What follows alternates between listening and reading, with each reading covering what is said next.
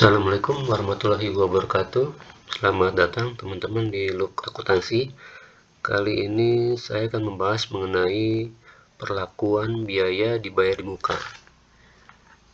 Biaya dibayar di muka adalah biaya-biaya yang sudah kita bayar di muka atau di depan, tetapi barang atau jasanya itu belum kita terima atau kita gunakan pada saat itu. Nah, jenis-jenisnya itu ada beberapa macam. Pertama, sewa dibayar di muka. Nah, ini ada sewa gedung, ada juga sewa kendaraan, bisa juga sewa peralatan kantor gitu ya. Nah, itu terkadang kita diminta untuk bayar full selama setahun ya.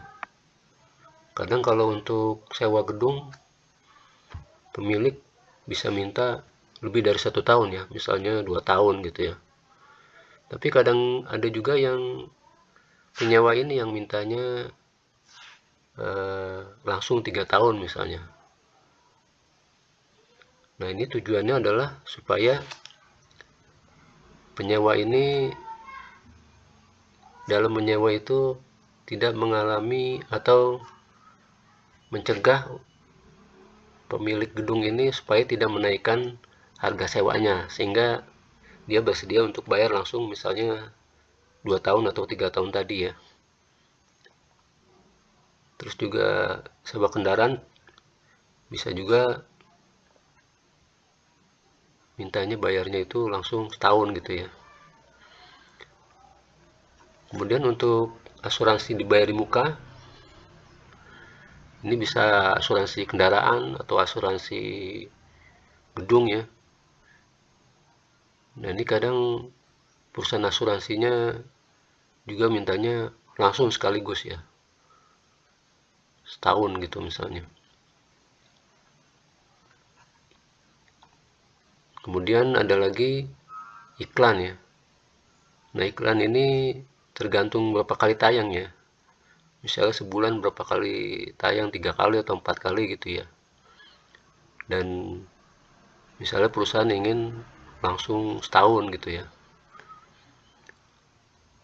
supaya dapat diskon atau pengurangan harga gitu ya. Kemudian banyak lagi ya yang lainnya ya.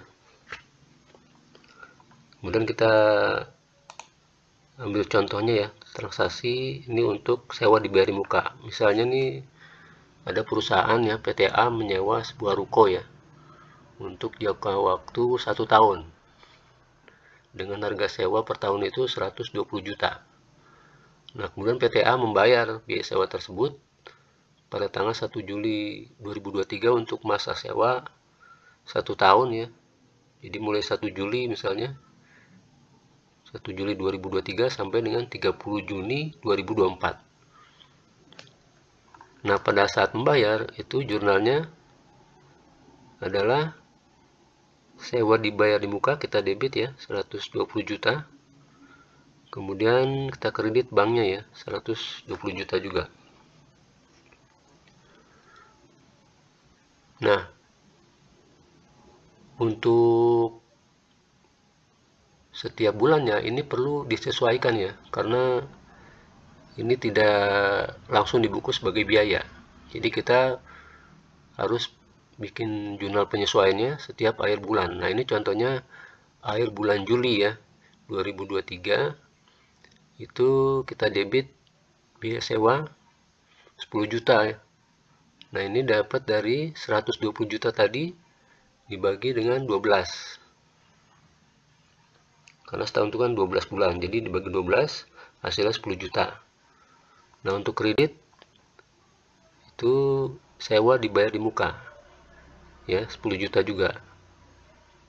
Sehingga ini saldo perkiraan sewa dibayar di muka 120 juta di awalnya, kemudian pada akhir Juli itu berkurang 10 juta ya, sehingga saldo akhir di Juli itu sewa dibayar di muka menjadi 110 juta. Nah, kita lebih mudahnya kita bikin semacam tabel ya. Nah, di sini ada tabel amortisasi sewa dibayar di muka. Nah, ini ada kolom-kolomnya, ada bulan, amortisasi, kemudian saldo ya. Nah, ini saldo awal 120 juta ya. Nah, di Juli ada amortisasi atau pembebanan di bulan Juli itu sebesar 10 juta. Sehingga saldonya 110 juta di akhir Juli ya. Kemudian selanjutnya di Agustus. Sama, kita buku beban juga 10 juta. Nah, saldo di akhir Agustus itu 100 juta. Jadi,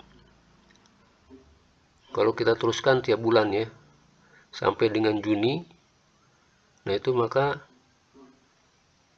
saldo sewa dibayar mukanya tuh 0. Karena udah pas setahun ya.